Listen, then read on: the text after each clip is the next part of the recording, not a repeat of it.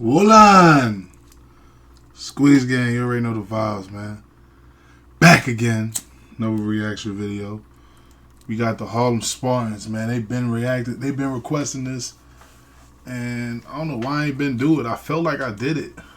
Maybe I did it and they got blocked. I don't know. But we about to jump right into this.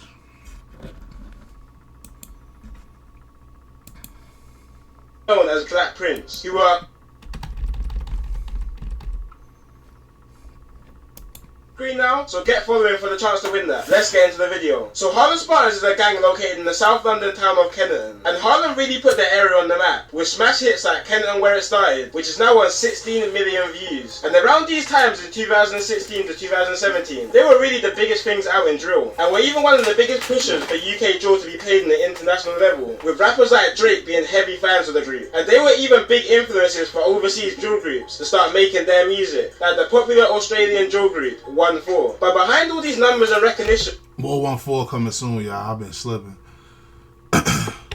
real stuff was going on in the streets, and due to their come up being so fast and explosive, it was clear that the group hadn't adjusted yet to keeping the streets and their music separate, which resulted in the massive eventual downfall of their group. So before Harlem Spartans became a thing, the local gang in the Kennington area was called Cuckoo, also known as Black Prince, who were a quite small and not really that recognised gang in South London, in times where South London was a complete war zone. This was during the infamous beef between the two neighbouring areas in South London called Brixton and Peckham, where Kennington was on Peckham's side against Brixton. Kennington didn't really have that much involvement in this feud, but in 2006 they did stab to death a 15-year-old Brixton gang member called Tiny Alien, right after he finished his year 11 GCSE exams. So the area Kennington where Harlem Spartans are from has historically always had a feud with Brixton gangs, and throughout the years the area has picked up quite a few other enemies, like Peckham, who they were close allies with during their war against Brixton. But despite the area's smaller gang size, they have still managed to hold down all their beef. And then the younger generation of Kennington started to form, who we know now today as Harlem Spartans. Most members from Harlem went to a school called Tennyson's in Oval, South London, but this school also included a lot of kids from Brixton as well as Kennington. And obviously, Kennington and Brixton Olders were beefing at the time, but this wasn't a concern for Harlem members during school. And during school, members of Harlem and kids from Brixton were actually friends, and quite a few Harlem members used to rep Brixton gangs during secondary school, like Miz and Mac, who used to rep the Brixton Gang 17, and Lowski, who used to rep the Brixton Gang 150. And even in a few songs, Harlem members and members from an opposing Brixton gang called 410 reference their friendships in their songs. My siblings, my friend from from there, Sudi a victim. Woo!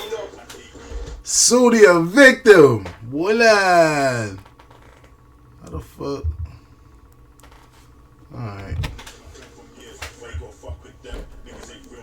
But these friendships were before Harlem was really properly formed into a group. And after Harlem members left Tennyson School and started to go to college, older members of the Cuckoo gang, who were running Kennington at the time, started to take these younger Harlem members under their wing, which started off with Harlem members chilling on the Kennington blocks alongside the older Cuckoo gang. And then eventually the younger started to trap off Cuckoo members' lines and making money alongside them. And this is how a lot of gang affiliation starts, with older members bringing you in to chill around the gang, which will eventually result in you making money with the olders, probably trapping. And then eventually, after spending a lot of time with these guys, you will see them as family. And the next thing you know, you're throwing up gang signs and riding for these people. So while Harlem was starting to chill in Kennington more heavily with the older gang Cuckoo, Brixton gangs who beefed Cuckoo started to recognise the younger Harlem members to be wrapped up in this beef as well. And this was really the start of Harlem Spartans' gang involvement. Originally the gang came under two separate sets, one called Kennington Park and one called Younger Cuckoo. So eventually the lines got blurred between these two, and they just started to roll as Harlem Spartans. Then in 2014... Let's see if this video could make me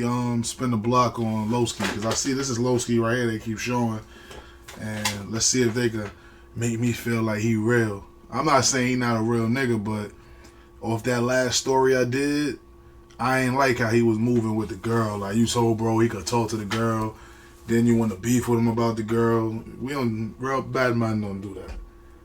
Let me.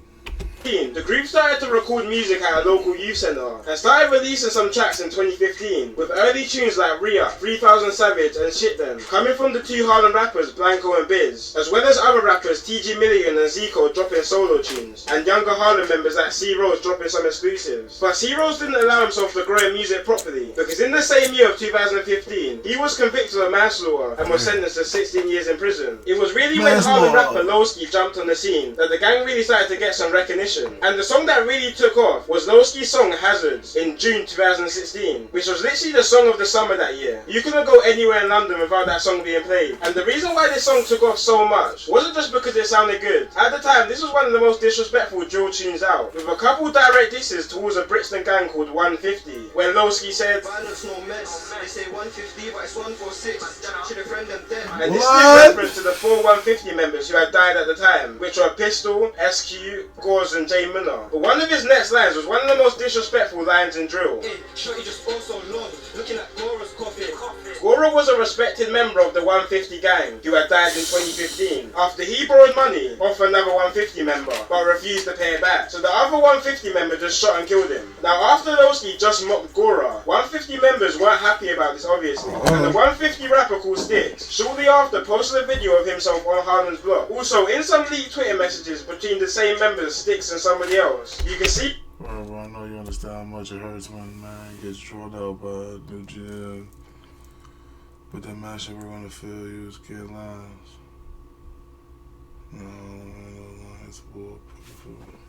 Sticks says they're mashing work on the field youths, which basically means that Harlem were putting some real pressure on them on the streets. And the field youths that Sticks was referring to was another gang called 410 in Brixton, who were allied with the 150 gang and were beefing Harlem. For a fairly newly established gang, Harlem were really starting to make some noise in the music and on the streets. There's hella videos on YouTube of Harlem members attacking 410 members on CCTV and cameras. Shortly after the release of Lowski's diss track Hazards in 2016, he went to jail for possession of a knife, which he got quite a bit of time for. But luckily for him and the group, the other members of Harlem picked up where he left off and started growing the Harlem Spartans name, dropping UK drill classics at the end of 2016 and the start of 2017, like Call Me a Spartan and Kennington Where It Started, which was literally on replay all throughout the UK in 2017, and even got the Canadian rapper Drake co-signing Harlem Spartans and captioning his Snapchats with Harlem lyrics. Quite early on, another Harlem rapper called Jojo was arrested and sentenced to 7 years in prison for possession of a knife, a firearm, grievous bodily harm and robbery, which is a real small sentence for all them crimes. And it's a shame because Jojo had a real potential to blow up in the drill scene. But on the other side of the pond, their ops, 410 in Brixton, were also killing the music game in 2017, especially their Mad About Bars, which is on nearly 30 million views. And both 410 and Harlem were at the top of the game in 2017, and would even often sneak diss each other in hit songs. But despite Harlem Spartans really taking off in 2017, 2017 was also their start of the downfall. After the Call Me a Spartan video was released, Harlem rapper TG Million got into a high-speed chase with one of his ops. When catching up, he stabbed him, causing grievous bodily harm. And he was eventually found guilty and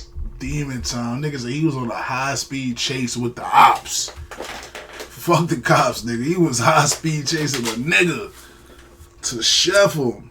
That's gangster. sentenced to 12 years. This left the rappers, Mizzo Mac, Blanco and Biz to hold it down for the grief, while the rest were inside. But that was no issue, with Mizzo Mac being probably one of the best drill artists the UK has ever seen, and Blanco and Biz having their own unique style that fans love, with the three dropping some classics like 21st Century Spartans, Ken Nizzy and No Hook. But there was one issue. Fans started to notice that Mizzo Mac and Blanco wasn't in the No Hook music video, despite it being their own song. Well, not too long before the video, Blanco and Mizzo Mac actually got arrested themselves, while riding on their ox with a gun and samurai sword in February 2017. With a gun and a samurai sword. Niggas is riding around moving sneaky out there. I ain't gonna lie, they moving wacky. Samurai swords is crazy, my nigga. I ain't gonna lie to you. Niggas out. I'm running. I got chefed. I got stabbed before. By 3 niggas. I didn't run though. Them niggas had kitchen knives and man, come here, let's get it. At first it was just 2 of them. I'm like, let's get it, nigga. I'm about to beat both of you niggas up, nigga. Facts. That's how I was on it. And the 3rd nigga jumped out the whip, hit me in the back with the kitchen. It was over. Yeah, I ain't gonna lie. They chefed me up something good. We ain't gonna talk about them though. It was 1 o'clock in the morning, and both were in the back of a cab in Camberwell, South London, looking for ops. When their cab got pulled over and they were caught with a gun and samurai sword, Miz or Mac got 6 years and Blanca got 3 years. And it was starting to come clear that Harlem's beef with opposite areas started to take over their music. And Harlem started to become very heavily monitored by police, which just made everything hot for them, because they were really putting in some work on the streets. Then in June of 2017, Harlem's original main rapper, Lowski, was released from jail, and wasted no time releasing his first tune, Teddy Bruckshot, which was an instant hit, dropping other bangers like Money and Beef, Call Me Loose, and his Tim Westwood freestyle. And also at the end of 2017, dropping another song with a rapper called Maysky, called Mummy's Kitchen, which was a very rude song to their ops. Maysky is from a gang called Moscow 17, which is allied with Harlem, and their main beef was with a gang called Zone 2 located in Peckham, South East London, which is also a very hot beef, which I won't go into too much in this video because I might make a separate video on this in the future. But throughout the Mummy's Kitchen song, they dissed dead ops and different street situations. It started to seem like Harlem was making a comeback though, with Lowski growing massively and younger Harlem members starting to jump on drill, like on drills and LM, and they were also starting to rack up views as well. So 2018 was looking like a good bounce back from Harlem. But then on May 5th, 2018, a car pulled up to Moscow 17's block, the gang which was affiliated with Harlem, which I mentioned earlier, while a 17-year-old rapper called GB from Moscow was playing football with another member called Incognito on their block. GB was shot and killed, but the gang who killed GB was actually trying to kill Incognito after Incognito beat a murder case of an affiliated member. And this murder is actually still unsolved, so I'm not going to speculate who killed GB, because I only talk about situations which have actually already been prosecuted for. The death of GB... Shout out to Kid Nerd though for clarifying that. I only talk about motherfuckers that got sentenced for it. It's unsolved, we ain't talking about it. Facts. Shit is not meant to be talked about. It ain't solved. Made South London very, very hot at the time, with both sides riding out heavily during the whole summer, and both sides taking many snaps on each other's block and dissing each other. I don't know. Was that attempted or was it a murder? Come outside, man! Come outside, man! It's on 2, y'all. Very much. Y'all know I rock with Peckham, man. Y'all already know I rock with them Peckham niggas, man. Y'all already know. So I'm gonna be biased on this beef. You already know. Come outside! Very much.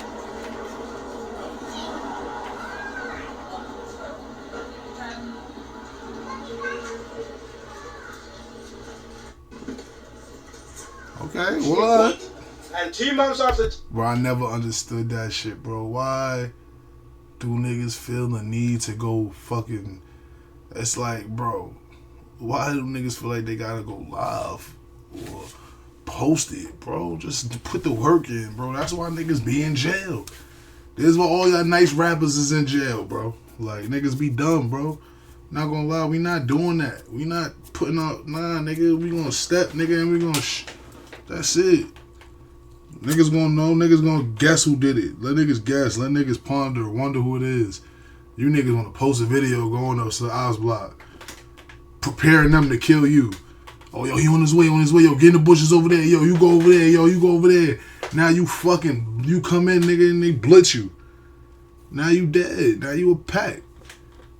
Come on, man. Gotta be more smart out here, yo. You ain't got enough in there for the whole hood. What? And 2 months after GB's death... Nigga probably got 6 shots. You walk into another nigga hood. Come on, man. You gotta be more smarter. Unfortunately, the beef was stepped up to another level. Rapper SA from Harlem was riding on his ops block on the back of a moped, loaded with a gun looking for his ops. When he spotted some ops in the car, he got close and aimed his gun, but his gun jammed and he was stabbed 5 times. SA and his other accomplice drove away after SA was stabbed, but after a half of a mile of riding away, the other accomplice pushed SA off the ped and shouted to the public to take him to hospital, more than likely to save himself from being wrapped up in the situation. The member who pushed SA off the ped was actually from Harlem's affiliated gang called Moscow 17. And of course, Harlem was not happy about one of their members pushing SA off the ped and leaving him to die. So both gangs started to go back and forth, which caused a big divide between them. But less than... Niggas went on a drill together. Niggas went on a glide together. The homie died, nigga. Moscow pushed him out the whip. Nah, yeah, it's up now. Now we got smoke. Now that whole alliance is done. Yeah, nigga, fuck y'all niggas now. leaving him to die. So both gangs started to go back and forth, which caused a big divide between them. But less than 2 weeks after SA's death, Moscow 17's leader was also stabbed to death on the same street where TB was killed. And Incognito was even one of the only Moscow members left that Harlem was still cool with at the time. But after these recent L's, Harlem were riding a lot and were going on an absolute rampage. But at the same time, Harlem Spartans were being monitored by the police heavily. Harlem rapper G Smarko rid on his ops block for revenge and shot a rival and was sentenced to 21 years in prison. Another Harlem rapper Scratcher and GG were riding out on their ops with a gun and were caught, then were sentenced to 15 years combined. And another member of Harlem, Jug, was jailed for 10 years after stabbing a man in the head, leaving permanent brain damage. And member T-Trap, another member of Harlem Spartans, was jailed for 21 years after murdering a man who disrespected one of his friends. So as I said before, Harlem were just going on a rampage after losing their friends, and clearly started to focus more on their beef than the music. But Lowski was still holding it down for the group musically, still getting millions of views on his songs. But in 2019, it seemed like the roads were getting the best of him again, when he was arrested in his camp while he had a firearm on him,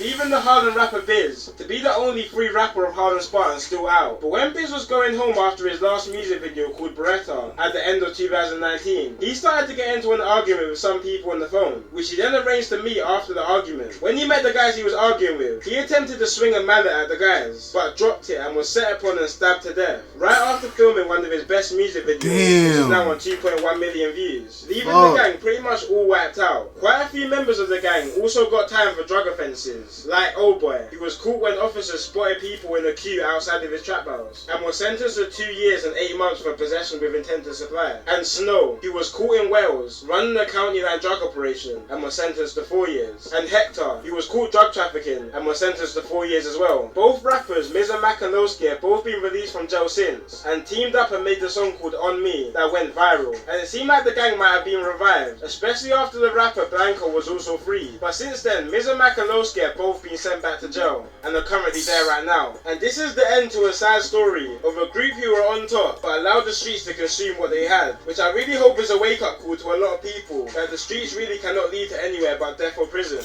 Anyway guys, I hope you enjoyed this video. It's been your boy Kid Nerd, and peace out. Hold on. Alright. Good looking for that, y'all. Send me some more documentaries, man. Send me some more shit like this so I could be more in the loop. Learn a little bit more shit, you see me? Like, comment, subscribe. Follow me on Instagram. $$ Sauce, nigga. Squeeze.